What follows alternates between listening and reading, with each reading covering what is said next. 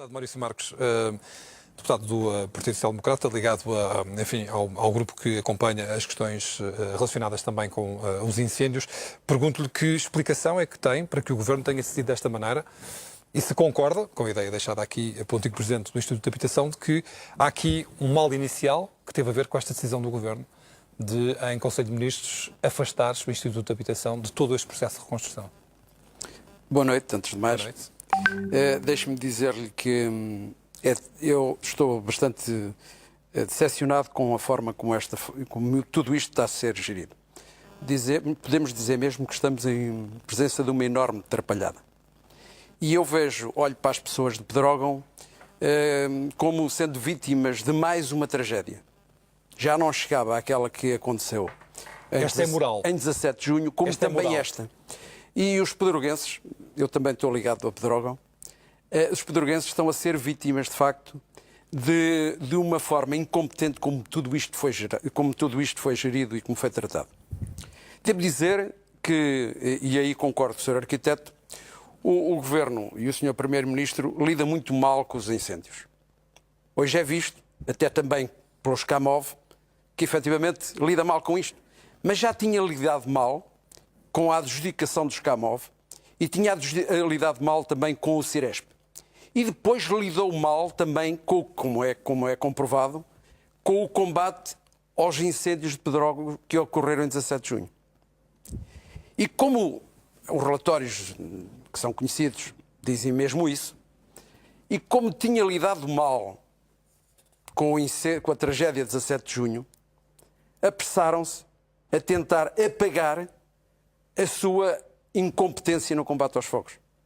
E foi isso que gerou, no seu entender, esta decisão do Conselho de Ministros? E no meu entendimento foi isto. Aliás, o PSD teve a oportunidade, pela minha voz, de dizer que não concordava da forma como estavam a ser geridos os fundos da generosidade dos portugueses. Nós tivemos a oportunidade de dizer isso Mas na Assembleia da República. A ideia, reconhece por parte do Governo, era de acelerar o processo, enfim, tornar mais fácil essa mesma reabilitação, essa reconstrução. Ouça, a pressa muitas das vezes é inimiga da perfeição. Provavelmente até estamos hoje a assistir que o Presidente de Câmara é incapaz, não tem competência para gerir todo este processo. Mas ele hoje disse, numa peça que teve hoje lugar no seguimento das investigações que estão a ser feitas pela Polícia Judiciária, disse isto: quem mandava dizia que o que é preciso é fazer as casas. Ora bem, o próprio Governo, questionado por todos e por nós mesmos na Assembleia da República, o que fazia era pôr pressão em cima de quem não tinha competência para executar cabalmente e de acordo com o que estava estabelecido esta reconstrução. E por isso é o Governo que deve responder, em último caso, a tudo isto. Porque, como o Sr. Arquiteto já disse, e eu concordo, a resolução do Conselho de Ministros foi, a meu ver, se calhar leviana. Porque o que quis, e na altura, os objetivos era esconder aquilo que se tinha passado no combate aos fogos em junho de 2017. E por isso eu digo-lhe, nós estamos em presença de um dos concelhos mais pobres, mais desertificado do país. Estamos numa zona extremamente desfavorecida. E é com tristeza, é com mágoa que eu vejo que, apesar daquelas poucas pessoas, poucas famílias que ainda lá residem, começam a ser enxovalhadas por isto. Porque, na verdade, foram incentivados, alguns deles, foram quase incentivados a fazer isto, porque o que era preciso era mostrar serviço, o que era preciso era mostrar mais uma casa para o Sr. Ministro, quando lá fosse, mostrar mais uma obra que estava a ser feita. E, portanto, não houve a preocupação de saber se era legal, se não era legal, se era a primeira habitação, se não era. Porque, como já aqui foi dito, e é verdade... A prioridade era reconstruir. E é isso que também justifica o silêncio dos deputados municipais do PSD? Não. Sobre toda esta questão? Não. Que soa, inclusivamente, a conivência? Não. Eu peço imensa desculpa, mas não é assim. Os deputados municipais do PSD tiveram a oportunidade de imensas vezes, levantar estas questões quer na Assembleia Municipal, quer também na Câmara Municipal. Não, Os vereadores... não o fizeram ontem, de uma forma vincada, nem pública, relativamente a uma sessão extraordinária da Assembleia Municipal. Não foi ontem, foi na segunda-feira. Eu tive a oportunidade de estar no início da Assembleia Municipal. Desloquei-me lá para ver como estava. A sessão era pública, portanto eu entrei na sala, já ela estava a decorrer, e vi, eu fui autarca muitos anos, fui autarca 20 anos, e vi como aquela Assembleia Municipal estava instrumentalizada. Reiteradamente o senhor... Como instrumentalizada e porquê? Vou-lhe explicar. O senhor Presidente da Assembleia Municipal abre a sessão, solicita que não houvesse, como noutras Assembleias, manifestações nem de apoio nem desfavor às intervenções que teriam tido lugar. O senhor Presidente da Câmara começou por tomar a palavra e fez uma exposição sobre a matéria em apreço e, seguidamente, sem ter mais ninguém falado, eu vi, ninguém me contou, eu vi a senhora Vice-Presidente da Câmara defender a sua honra.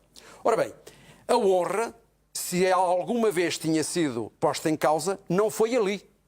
E, portanto, não era ali o local para estar a defender a honra, no meu entendimento. E eu verifiquei que, no fim da intervenção da senhora Vice-Presidente de Câmara, ela foi largamente aplaudida. Ora, eu digo-lhe, estando a tratar de uma matéria como esta, com esta gravidade, aquilo que menos se espera é aplausos. Ouça, eu não fiquei... Isso justifica para si o silêncio dos deputados? Mas não os representantes municipais do PSD Não, desculpe, mas não é verdade. Não é verdade, e isso pode ser visto pelas atas, quer da Câmara Municipal, quer da Assembleia Municipal, que reiteradamente foi levantadas questões relativamente àquela matéria. Agora, é preciso conhecer Pedrógão. Pedrógão é um concelho extremamente pequeno, tem 3 freguesias, como sabe. Pedrógão, Graça e Vila Facaia. Toda a gente se conhece. Muita gente precisa, de uma vez ou de outra, dos serviços da Câmara Municipal. E sabemos muito bem como é que, muitas das vezes, as pessoas que se expõem em demasia ficam, de certa forma, conotadas. E foi isso que levou ao silêncio de toda aquela gente. Não foi dos deputados municipais, de um ou de outro partido, não, foi das pessoas. As pessoas, muitas das vezes, não falaram porque tiveram medo. E, aliás, os próprios órgãos de comunicação social que estiveram no local, muitas das vezes tiveram que esconder a casa das pessoas. Sr. Deputado Maurício Marques, surpreendido com estas buscas, depois de tudo o que fomos ouvindo, fomos coligindo e fomos dando a conhecer? Não posso estar surpreendido porque verificamos que, se efetivamente não há capacidade, quer por parte do Governo, quer por parte dos organismos por si tutelados, de clarificar esta situação, penso que a generosidade dos portugueses, os donativos que foram feitos, e foram muitos, as pessoas que... Exigem uma clarificação. Sob pena de... E já aconteceu. Nós verificamos que estes atos de generosidade não se repetiram, nomeadamente este ano, na questão do Monchique. Porquê? Porquanto, se as pessoas que generosamente pretendem apoiar e ajudar, muitas das vezes substituir-se ao próprio Estado para... verificam que os seus donativos, todo o seu esforço não é gerido de uma forma transparente, obviamente que se interrogam numa próxima oportunidade. E por isso eu não fico surpreendido, antes pelo contrário, acho muito bem que a Polícia Judiciária tenha iniciado estas buscas e estas diligências.